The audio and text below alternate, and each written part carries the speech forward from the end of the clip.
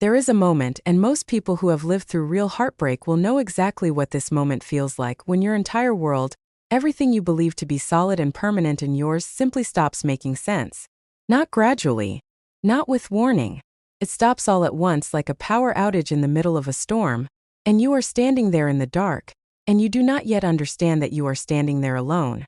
For a woman named Margaret Calloway, that moment happened on a Tuesday evening in the fall of 2016. She was 43 years old. She had been married for 17 years to a man she had loved since she was 25. She had 2 children, a mortgage on a house in a quiet suburb outside of Columbus, Ohio, a career she had slowly built from nothing, and a best friend named Dana who had been at her wedding, had held her hand through 2 difficult pregnancies, and had been sitting at her kitchen table drinking coffee every Saturday morning for more than a decade. Margaret had everything. And then, in one evening, she had nothing. What happened to Margaret Calloway is not just a story about betrayal. It is a story about what a human being is truly made of when everything they trusted is stripped away. It is a story about what lives on the other side of the worst pain you have ever felt. And if you have ever been lied to by someone you loved, if you have ever looked back at your life and realized that the version of it you believed in was never real, then this story is going to reach inside of you and not let go. Stay with me, because what Margaret went through, and more importantly what she became because of it, is something you need to hear from beginning to end. Here is what we know on the surface. A married woman discovers her husband is having an affair. It happens every day in America. Marriages fall apart constantly. People survive it. They cry, they grieve, they move on. That is how the story is supposed to go. But this story did not go that way. Because the man having the affair was not some stranger her husband had met in a bar or found on a dating app. And the woman he was sleeping with was not someone Margaret had never met. The woman was Dana, her best friend. The woman who had stood beside her at her wedding. The woman whose children had birthday parties at Margaret's house. The woman she had trusted completely and without question for 14 years.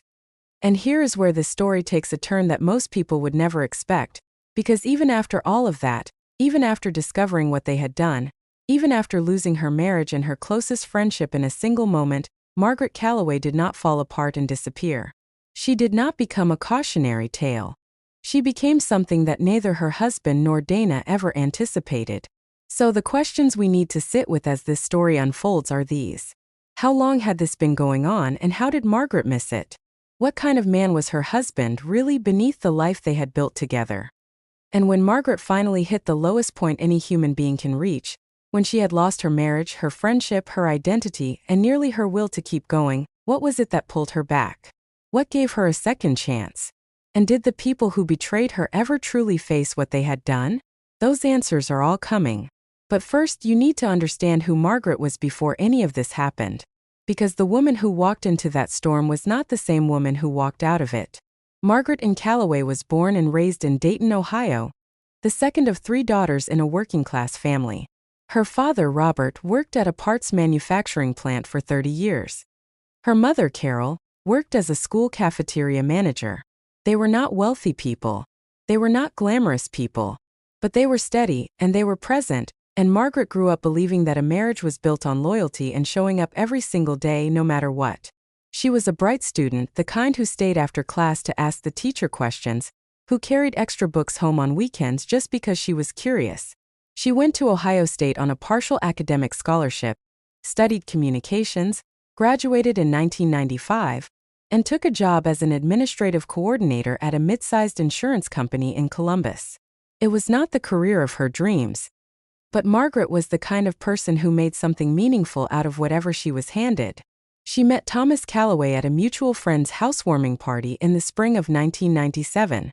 He was 28 years old, tall, sharp-humored, the kind of man who walked into a room and made people feel like they had known him for years. He worked in commercial real estate. He was charming. He was, by every measure that a 25-year-old woman in love can apply, everything she had ever imagined for herself. They dated for 2 years. He proposed on a Saturday morning at a small restaurant they both loved, with a ring he had clearly saved for. Margaret said yes before he had finished the sentence. They were married in June of 1999 in a small ceremony at a church outside of Dayton, surrounded by family and the people they loved most. And standing beside Margaret, holding her bouquet, wearing a pale blue dress and crying happy tears, was Dana. Dana Merritt had been Margaret's closest friend since their sophomore year at Ohio State. They had met in a communications class, bonded over a group project, and within a semester had become inseparable. Dana was different from Margaret in almost every outward way: louder, more spontaneous, more comfortable being the center of a room. But there was something about the two of them together that just worked. They balanced each other. They understood each other in the way that only certain friendships do, the kind where you do not have to explain yourself, where silence is comfortable, where honesty goes both ways without it ever feeling like a wound. After college, Dana had married a man named Patrick Merritt, an accountant from Cincinnati. They settled about 20 minutes from Margaret and Thomas. The two couples socialized regularly. The children grew up together. Saturday morning coffee between Margaret and Dana became a ritual so consistent that even Thomas knew not to schedule anything that conflicted with it. From the outside, and for a very long time from the inside, Margaret's life was good. Thomas had built a successful real estate business.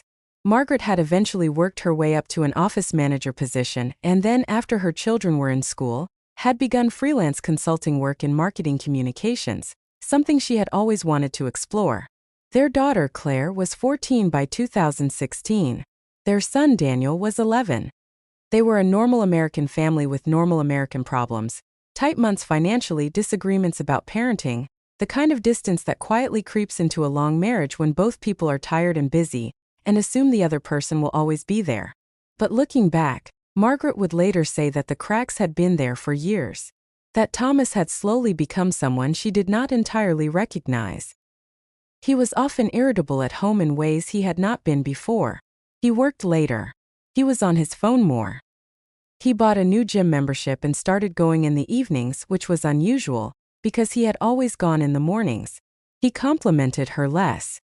He was present in the house in the way that a piece of furniture is present, occupying space but not really there. Margaret noticed all of it. She had conversations in her head about it. She even brought it up once gently on a Sunday afternoon, and Thomas told her she was overthinking things, that work had been stressful, that everything was fine. And because Margaret Calloway had been raised to believe in loyalty and in giving people the benefit of the doubt, she believed him. She went back to her life. She kept working, kept raising her children, kept showing up. And every Saturday morning, Dana kept sitting at her kitchen table. The way Margaret found out was not dramatic, at least not at first. It did not begin with a confession or a confrontation or a devastating phone call. It began with a phone. It was a Tuesday evening in October 2016. Thomas had gone to the gym, or so Margaret believed. The children were upstairs. Margaret was in the kitchen cleaning up from dinner when she noticed that Thomas had left his phone on the counter. This was unusual. Thomas always had his phone with him. He treated it like an extension of his hand. She picked it up, intending to set it somewhere safe, and the screen lit up with a notification. It was a text message. The preview was visible before she even touched the screen. It was from Dana. Margaret would later describe the feeling of reading that message as something she did not have words for. She said it was like the floor dropped out beneath her, but she did not fall. She just kept standing there, suspended in the place where the floor used to be, reading the same words over and over and not being able to absorb what they meant. She opened the thread. She read everything. What she found was not a handful of recent messages suggesting something that had just begun. What she found was a conversation history that stretched back 2 full years. 2 years of messages between her husband and her best friend that made it undeniably, unmistakably clear what they had been to each other. The language was intimate and comfortable in the way that only comes with time, with repetition, with a relationship that has developed its own rhythms. This was not a mistake. This was not a moment of weakness. This was a sustained, deliberate, fully realized affair that had been happening while Margaret was in the same house, raising their children, trusting both of them completely. She sat down on the kitchen floor. She did not cry, not yet. She just sat there with the phone in her hand and the silence of the house around her, and she read the entire thread from the beginning, all the way back to the first message that crossed a line, 2 years and 4 months earlier, on a night when Thomas had told her he was playing poker with coworkers. By the time Thomas came home that night, Margaret had moved to the living room. She was sitting in the chair across from the front door when he walked in. She held out the phone. And Thomas Calloway, who had spent 17 years building a life with this woman, who had stood in a church and made promises to her in front of God and everyone they loved, he looked at the phone in her hand and he did not deny a single thing. He sat down. He said he was sorry. He said it had gotten out of hand. He said it did not mean what she thought it meant. He said that he still loved her, that it was complicated, that he had not wanted things to go this far. He used every phrase that people use in those moments to try to make the unforgivable sound like something that can be navigated, discussed, resolved. Margaret sat across from him and listened to every word. And when he was finished, she asked him one question. She asked him how long Dana had known about the affair when she sat at Margaret's kitchen table the previous Saturday morning, 4 days before. Thomas did not answer. That silence told her everything she needed to know. Margaret went upstairs, checked on her sleeping children, and sat on the edge of her bed for 3 hours.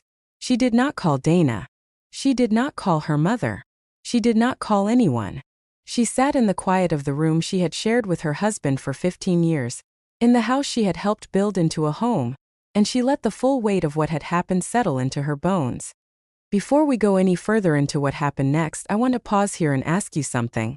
Take a moment and think about what Margaret was sitting with in that bedroom. Not just the affair, not just the betrayal of a husband, but the collapse of the one friendship she had believed was truly hers. Dana had been at her wedding. Dana had been in the delivery room when Claire was born. Dana had been the person Margaret called first when her father was diagnosed with a heart condition 2 years earlier. And the entire time through all of it, Dana had been lying to her. That is not simply infidelity. That is the systematic dismantling of someone's entire reality. And what makes this story remarkable is what Margaret did next. Before we dive deeper, let us know in the comments where you are watching from. We would love to hear from you. And do not forget to hit that subscribe button, so you never miss any of our upcoming videos. The weeks that followed Margaret's discovery were, by any measure, the most difficult of her life. Thomas moved out within 10 days. He did not go to a hotel. He did not go to a friend's house. He went to Dana. Patrick, Dana's husband, found out the same week. Margaret had made the decision quietly, without drama, in the way that Margaret seemed to make most of her decisions, to call Patrick and tell him what she knew. Not out of revenge. She would be clear about that later. She called him because she felt he deserved to know the truth, the same truth she had been denied. Patrick was devastated. His and Dana's marriage ended within 3 months. So, in the space of less than 60 days, 2 marriages had collapsed. For adults who had shared dinners and holidays and children's birthday parties, and 14 years of friendship, had been permanently rearranged. And in the middle of all of that wreckage, there were 2 children, Margaret's daughter Claire, 14 years old, and her son Daniel, 11, who came home from school one October afternoon to find their father's things being moved out of the only home they had ever known. What Margaret described as the hardest part of those early weeks was not the pain she felt herself. It was watching her children absorb something that no amount of parental explanation could make easier. Claire was old enough to understand what had happened, at least in outline, and she withdrew into silence in the way that teenagers do when they are processing something too large for their emotional vocabulary. Daniel, 11, became anxious and clingy in ways he had not been since he was small. He started having trouble sleeping. He wanted Margaret in the room with him at night. And Margaret, who was herself barely sleeping, who was herself barely eating, who was herself moving through each day on a combination of sheer will and the kind of numbness that follows catastrophic shock, Margaret showed up. Every single night, she sat beside Daniel until he fell asleep. Every morning she made breakfast. She drove them to school. She maintained the routines. She kept the house. And at some point in those early weeks, when the children were asleep and the house was quiet, she allowed herself to feel what she had been holding at bay all day. She sat alone and she cried in a way she described as coming from somewhere deep and physical. The kind of crying that exhausts you so completely that sleep becomes unavoidable. But something else was also happening during those weeks, something that Margaret herself did not fully recognize until later. Anger. A slow, gathering, purposeful anger that was very different from grief. Grief looks inward. Anger, the productive kind, looks forward. And Margaret Calloway, even in the worst months of her life, was beginning to look forward. She retained a divorce attorney in November. The proceedings were not clean. Thomas, it turned out, had been using their joint business account to cover expenses related to the affair over the course of 2 years. Dinners, hotel stays, weekend trips that Margaret had been told were work-related real estate conferences. Her attorney identified more than $14,000 in marital funds that had been spent on the affair. This became a significant factor in the divorce settlement negotiations. Meanwhile, the social fallout was wide and strange and often painful in ways Margaret had not anticipated. Their shared friend group fractured. Some people, uncomfortable with having to choose, simply vanished from both of their lives. A few of Thomas's longtime friends remained loyal to him in ways that Margaret found difficult. And perhaps hardest of all, several of the women in their social circle who had also been friendly with Dana seemed unsure how to respond, uncertain of the facts, and Margaret found herself in the uniquely humiliating position of having to navigate the social consequences of something that had been done to her. She stopped attending the church they had gone to together, because Thomas's family attended the same church, and because sitting in that building felt like wearing a mask, she no longer had the strength to hold in place. She pulled back. She went quiet. She concentrated on her children and her work and the small private project that was beginning to take shape in her mind, the question of who she was going to be on the other side of this. The divorce was finalized in March of 2017, 5 months after that October evening. The settlement included the marital home, which Margaret was awarded, along with primary custody of both children, child support, and a portion of Thomas's real estate holdings that was tied to the division of marital assets. Thomas and Dana, as of the spring of 2017, were living together in an apartment in a different part of Columbus. And Margaret was alone in a house full of memories, with 2 children who needed her to be whole, and a future that was entirely undefined. That is when she made the decision that would change everything. It was not a single dramatic moment. It was a choice Margaret made quietly in the private space of her own mind, sometime in the spring of 2017. She decided she was not going to let this story end with her as a casualty. She had always been interested in marketing communications. She had done freelance consulting work for several years, mostly small local businesses, helping them with messaging, content, and brand positioning. She was good at it. She had always been good at it.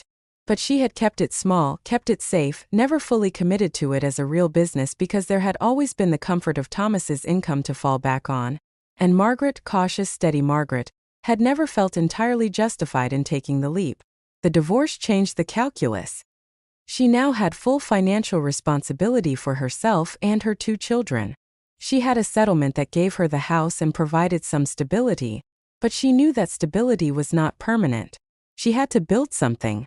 And in the spring of 2017, with nothing left to protect her from the risk, she decided to build it.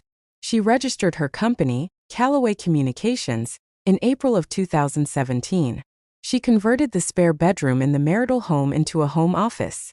She spent her evenings after the children were in bed, building a website, refining her service offerings, reaching out to former contacts, and applying for every small business grant and networking opportunity she could find.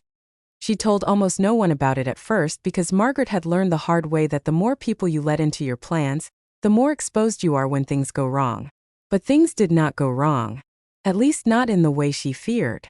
Her first real client came in May of 2017, a small healthcare staffing firm that had been struggling with its messaging. Margaret spent 6 weeks rebuilding their entire communication strategy. They renewed her contract. They referred her to 2 other businesses. By the end of 2017, Calloway Communications had 4 ongoing clients and had generated just over $60,000 in revenue in its first partial year. For someone who had started with a spare bedroom and a laptop, this was not a small thing. By 2018, she had hired her first part-time contractor.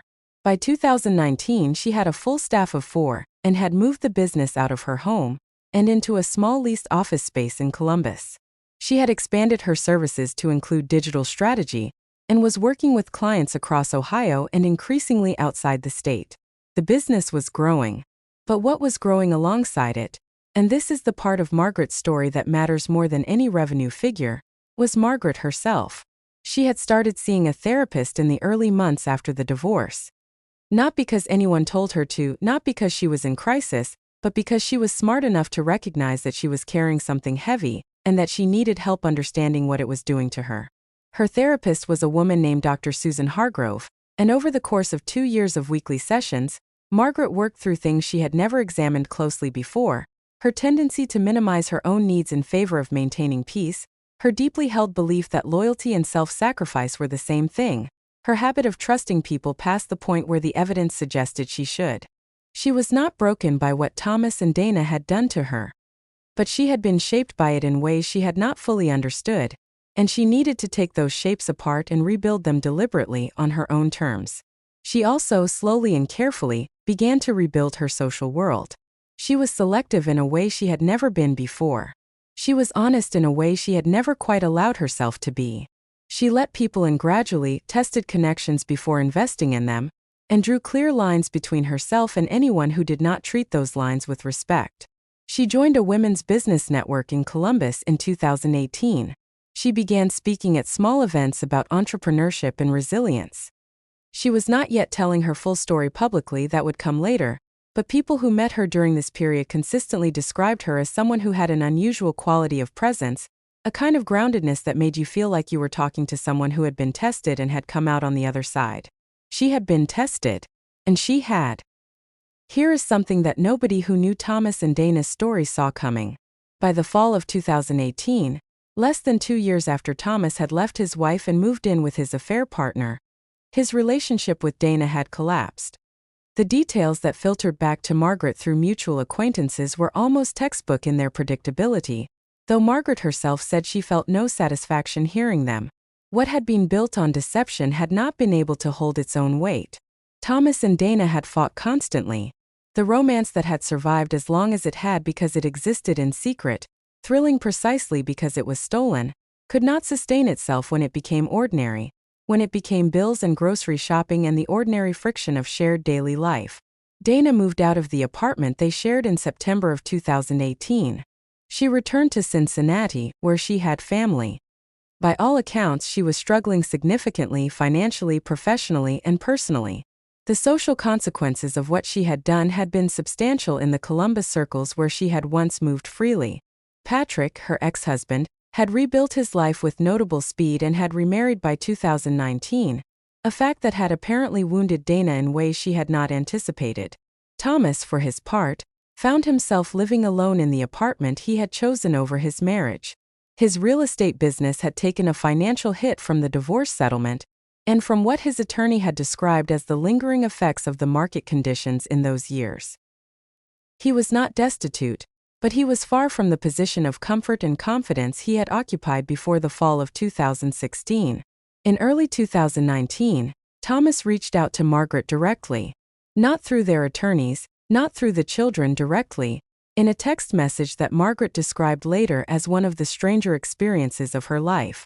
He said he wanted to apologize. Not a brief, legal apology constructed to minimize liability. A real one. He wanted to talk. Margaret thought about this for 2 weeks before she responded. And when she responded, she agreed to meet him once for one conversation in a public place, with no agenda beyond letting him say what he wanted to say. They met at a coffee shop in Columbus on a Friday afternoon in February 2019. Thomas told her that he had spent the previous 2 years living with what he had done, and that the weight of it had become something he could not continue to carry without saying to her directly that he was sorry. He told her that he had built his understanding of what he had destroyed on a foundation of rationalization, the idea that the marriage had already been struggling, that Margaret would be okay, that what he felt with Dana was something he had to pursue. He told her that he had been wrong on every count. He told her that watching what Margaret had built in the years since had made it difficult for him to recognize the man he had been. Margaret listened to everything. She did not cry. She did not yell. When he finished, she told him that she accepted his apology, not for his sake, but for her own. She told him that she had spent the last 2 years building a life she was proud of, and that carrying resentment toward him had no place in that life. She told him that co-parenting Claire and Daniel well was the only ongoing relationship they needed to have, and that she intended to do that with as much grace as she could. She finished her coffee. She thanked him for saying what he said. And she left. She drove home, went inside, made dinner for her children, and continued with her life. In the spring of 2020, in the middle of a global pandemic that had shut down much of the economy and forced businesses everywhere to pivot, adapt, or collapse, Callaway Communications had its best quarter in its 3-year history.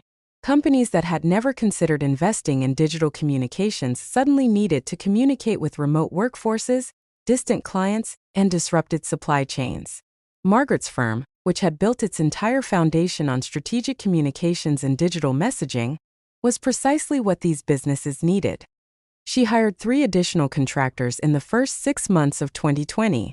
By the end of that year, Callaway Communications had crossed a threshold that Margaret had privately imagined but never spoken aloud, its first $1 million revenue year. She sat at her desk late on a December night in 2020, looking at the numbers on her screen, and she thought about the Tuesday evening in October 2016 when she had sat on her kitchen floor with her husband's phone in her hand and felt as though her life had ended. She thought about the nights she had sat beside Daniel until he fell asleep. She thought about the Saturday mornings she had spent alone, without Dana. Not because she missed Dana but because she missed the version of herself that had still believed the world was as trustworthy as she had thought it was. She thought about Dr. Hargrove, and the long, difficult, necessary conversations in that quiet office. She thought about the first client, and the second, and the slow, steady climb of something she had built entirely on her own. And she thought about something Dr. Hargrove had said to her very early in their work together, in one of those sessions when Margaret was still raw and the grief was still close to the surface. "Dear," Hargrove had said, "the life you are going to build is going to require you to become someone you are not yet." And Margaret had not understood it then. She understood it now. Claire, now 18, had begun her senior year of high school and was applying to universities with a focus on pre-law. She was sharp, opinionated, and deeply thoughtful, a young woman who had watched her mother survive something enormous and had drawn her own quiet conclusions about what strength looks like. Daniel, 15, had come through the anxiety of those early years and had grown into a grounded, good-humored teenager who played soccer and had his mother's habit of reading everything he could get his hands on. Thomas remained in Columbus. He was doing better professionally than he had been in 2019.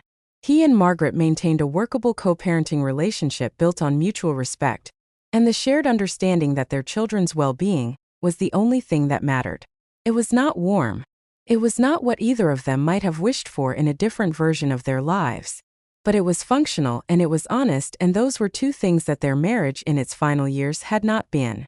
Dana had not been in Margaret's life in any form since October 2016. Margaret was asked about her periodically by people who knew both of them, and her response was always the same: brief, composed, entirely without heat. She said that she wished Dana well in the way she wished most people well. And then she changed the subject because Dana was simply not a part of her story anymore. Not in the way that mattered. Not in the way that shapes your days and your choices in your future. What shapes Margaret's days now is the business she built, the children she raised, the woman she became when she had no other option but to become her.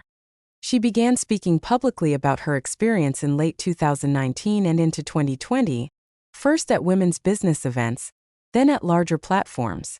She did not frame it as a betrayal story. She framed it as a story about what you are capable of when you stop being afraid of what you might lose. She talked about the moment on her kitchen floor. She talked about sitting beside her son at night when he could not sleep. She talked about the spare bedroom that became an office that became a company. She talked about the particular kind of strength that only becomes available to you after you have been completely broken open.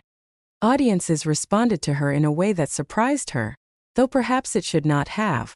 Because what Margaret had done, not the business, not the success, not the revenue figures, but the internal work, the choosing every single day to build forward rather than stay buried in what had been done to her, that is not common.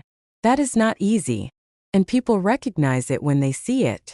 She was once asked in an interview what she would say to the version of herself sitting on that kitchen floor in October 2016. She thought about it for a long time before answering. And then she said, "I would tell her that what is coming is going to be the hardest thing she has ever lived through. And I would tell her to live through it anyway, because the woman she is going to become is worth every single day of it." There is something that sits with me after learning everything about Margaret Calloway's story, and I suspect it is sitting with you too. Because this is not just a story about a woman who was cheated on and survived it. Those stories exist everywhere. What makes this story different, what gives it the weight that it carries, is the question of what we are actually watching when we watch someone rebuild. We live in a culture that celebrates resilience as though it is simply a matter of character, as though some people just have it and some people do not. As though the woman who came out of what Margaret went through was always destined to be that woman. But that is not what happened. What happened is that Margaret Calloway made a series of choices, in the dark, when no one was watching, when the easier thing in every case would have been to stop. She chose to get up every morning. She chose to stay present for her children when her own pain was overwhelming. She chose therapy when she could have chosen numbness. She chose to build something when she could have chosen bitterness. And she chose, in a coffee shop on a February afternoon, to accept an apology and let it go. Not because Thomas deserved her forgiveness, but because she deserved to be free of the weight of withholding it. That is not a personality trait. That is a practice. It is something you choose over and over until it becomes who you are. Now I want to hear from you. Because stories like this do not exist in isolation, and the conversation that happens in the comments of videos like this one is often as powerful as the story itself. So tell me, what part of Margaret's story hit you the hardest? Was it the discovery, and the specific cruelty of finding out it was someone she trusted so completely? Was it the moment she sat on that kitchen floor? Was it watching her build the business while her children still needed her to hold everything together? Or was it the choice she made in that coffee shop, the choice to forgive not because it was deserved, but because she was done carrying it? And here is the question I really want to sit in the comments. Do you think what Thomas and Dana built together ever made them happy? Or do you believe, as many people do, that a relationship founded on betrayal carries that betrayal inside it forever, like a crack in the foundation of a house, invisible for years, until the weight becomes too much? I do not think there is a clean answer to that question. I think the truth lives somewhere complicated and human, and I think that is exactly why it is worth discussing. And if you are watching this and you are somewhere in the middle of your own version of this story, if you are sitting with a loss that feels too large, with a betrayal that feels too personal, with a future that feels entirely unwritten in the most frightening way, then I want you to hear this. Margaret Calloway sat on a kitchen floor in October 2016 with nothing but a phone full of proof that the life she believed in had never existed the way she thought it did. And 4 years later, she was running a $1 million business, raising 2 children she was enormously proud of, and standing in front of rooms full of people telling them that the thing that broke her was also the thing that finally set her free. The story is not over for any of us. That is the thing about second chances, they do not arrive announced. They arrive disguised as the worst thing that ever happened to you. And what you do next is everything. If this story moved you, if it made you think, if it reminded you of something in your own life, share it. Send it to someone who needs to hear it. Leave a comment, because your words in the comment section become part of the conversation that surrounds this story, and that conversation matters. And if you are not yet subscribed to this channel, do that now. Because the stories we are going to keep telling, stories like Margaret's, stories of real people in real moments of crisis and choice and survival, are exactly what this channel is built for. Stay with us. The next story is waiting.